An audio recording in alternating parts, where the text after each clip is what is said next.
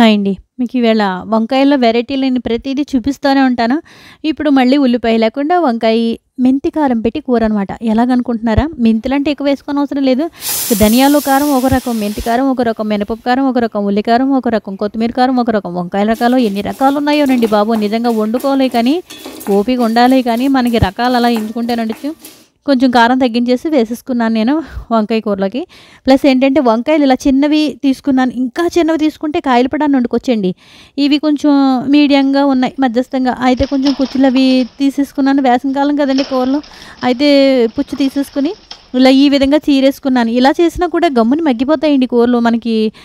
అందుకని అయిపోయింది, స్పీడ్‌గా అయిపోయింది. మిక్సీలో ఆడేసుకుందాం అనుకున్నాను. తీరా చూస్తే నా అదృష్టమే కరెంట్ పోయిందండి. మనకి ఇవి దంచుకోవడం అవి అలా కొంచెం నూనె కూడా తక్కువ పడుతుందండి కూరలోకి. ఎక్కువ పట్టదు. అలా అని ఆవిరి మీద మగ్గపెట్టుకోవాల్సిన పని లేదు. లేతగానే ఉన్నాయి. గబగబా మగ్గిపోయాయన్నమాట కూర. ఇలా నూనెసేసుకొని 5 నిమిషాలు మగ్గపెట్టేసి మనం కారం దంచుకొని వచ్చే లోపల కూడా మగ్గిపోతుందనమాట వంకాయ కూర. నేను మిక్సీలో వేసుకున్నాను. తీరా చూస్తే కరెంట్ పోయింది. మళ్ళీ ఈ అమందస్తా మనకు అలవాటే కదండీ! ఇది లేదు, అది లేదని అలవాటు లేదండోయ్. ప్రతీదీ మనం అలవాటు చేసుకుంటూ ఉండాలి. ఈ మధ్యన ఎవరికీ ఈ దంచుకోవడాలు, రుబ్బుకోవడాలు ఇలాంటివన్నీ అలవాటు పోయి అందరికీను. మధ్యలో మనకి చేతులకి పని పెట్టుకుంటూ ఉన్నామండి. ఎందుకంటే పనమ్మాయిలు వాషింగ్ మిషన్‌లో చేసేస్తున్నాయి బట్టలు అవిను. అందుకని ఇలా నేను ఒక్కొక్కసారి ఇలా చేస్తూ ఉంటానన్నమాట. అయితే 5 నిమిషాల్లో దంచేసుకున్నాను. అయిపోయింది. ఈ కారం కచ్చాపిచ్చాగా దంచుకుంటే మినపప్పు మనకి తింటూ ఉంటే బావుంటుందండి నోటికి.